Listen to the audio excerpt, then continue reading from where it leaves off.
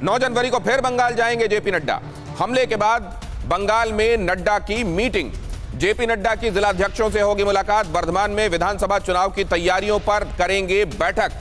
और इस बार तब जबकि पहले हमने देखा कि उनके काफिले पर हमला बोला गया, उसके बाद कई नेताओं की सिक्योरिटी बढ़ानी पड़ी और इस बात को लेकर भारतीय जनता पार्टी खासी हमलावर रही तृणमूल कांग्रेस के ऊपर।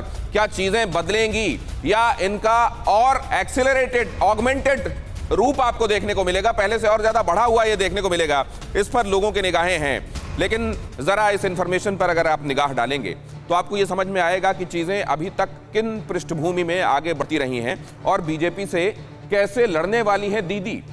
भारतीय जनता पार्टी से कैसे मुकाबिल होंगी दीदी, ये एक प्रश्न है और वो प्रश्न किन पॉइंट्स के इर्द गिर्द घूम रहा है जरा वो देखिए। ममता बनर्जी का ब्रह्मास्त्र, हवाई चप्पल। एक ज़ेन गाड़ी में पहले जब मैंने देखा था उनको घूमा करती थी, इन दिनों कौन सी गाड़ी है मुझे मैंने नहीं मालूम, लेकिन सादगी की प्रतिमूर्ति वो दिखाई देती है अपने पहनावे से, रहन सहन से। और ये एक बड़ा जवाब है, ये एक पॉलिटिकल प्रोजेक्शन भी है, ये एक खुद को पोर्ट्रे करने का एक तरीका भी है। लेकिन ऐसा नहीं लगता है जैसे उन्होंने कुछ ओढ़ा हुआ है, ऐसा लगता है ये it comes very naturally to her, बहुत आसानी से, और जैसी हैं वो वैसा ही दिखाती हैं। हवाई चप्पल उनके पैर में होती है, लेकिन पैदल मार्च, जहां पर आपने ये देखा कि रोड शो किया गया है भारतीय जनता पार्टी की तरफ से, अमित शाह ने जहां रोड शो किया वहां पर पैदल मार्च के जरिए वो बढ़ रही आगे। लेकिन भारतीय जनता पार्टी के लिए चिंता की बात यह है कि यहां तो दीदी पैदल मार्च कर लेंगी, सरकार उनकी है, सत्ता में वो हैं, पुलिस वाले उनकी सिक्योरिटी इंश्योर करेंगे, उनके कार्यकर्ताओं की सिक्योरिटी इंश्योर करेंगे। लेकिन भारतीय जनता पार्टी जब भी अपने कार्यकर्ताओं के लिए कभी पैदल मार्च प्लान करती है तो उसके सामने सवाल यह होता है कि अपने कार्यकर्ताओं की सुरक्षा इंश्योर कैसे की जाए, उनके ऊपर कहां हमला बोल दिया जाए। आपने देखा शुभेंदु अधिकारी की रैली में हिस्सा लेने के लिए नंदीग्राम जाने वाली बसों में कैसे तोड़फोड़ की गई। तो सबसे बड़ा चैलेंज यह है कि अगर कोई कैंपेन प्लान किया जाता है और अगर वो सड़क मार्ग से गुजर रहा है तो उसको सिक्योरिटी कैसे दी जाए। क्या ये भी एक बड़ा चैलेंज है भारतीय जनता पार्टी के सामने, या फिर यही ब्लेसिंग इन डिस्गाइज है?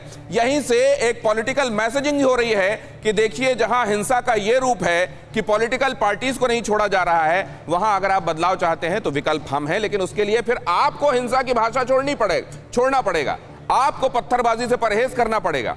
लेकिन कहा यह जाता है कि कई जगहें ऐसी होती हैं जहां you can only fight fire with fire. Arjun Singh साहब, यहां का माहौल कैसा है?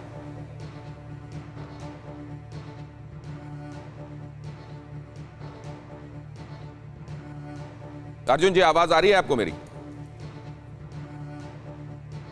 बंगाल का माहौल, जेपी नड्डा जी राष्ट्रीय अध्यक्ष हैं, उनकी कन्वाई जा रही है और उनके ऊपर हमला हो रहा है, पत्थर से, लाठी से, डंडा से मारा जा रहा है। और ममता बनर्जी या उनके भतीजे अभिषेक बनर्जी जी एक बार भी इस गलती को स्वीकार नहीं कहते हैं कि ये कार्यकर्ताओं का बही प्रकाश है। बाहर के लोग यहाँ आते हैं इसलिए कार्यकर्ता नाराज होकर काम कर रहे हैं, ये बही प्रकाश है।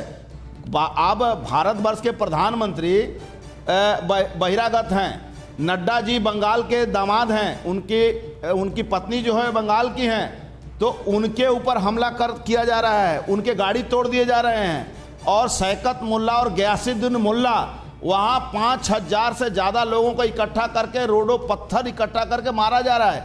475 पुलिस वाले वहाँ ड्यूटी दे रहे हैं, उसके बाद भी मारे जा रहे हैं। तो बंगाल में आप राजनीतिक कार्यक्रम सिर्फ और सिर्फ तृणमूल कांग्रेस कर सकती है। भाजपा के लोगों को करने के लिए आज उनको या तो जेल में जाना पड़ता है या मार खाना पड़ता है।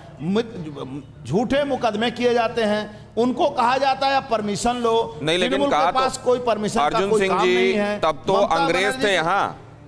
अंग्रेज थे यहाँ और वो लाठियां बरसाते थे, किसी तरह की कोई इजाजत नहीं होती थी लोगों को। लेकिन तब गांधी जी ने ये बताया था कि अहिंसा कितना बड़ा अस्त्र है, उससे बड़ा कोई अस्त्र नहीं है। परवाह देश की, सोमवार से शुक्रवार रात 10 बजे TV9 भारतवर्ष पर।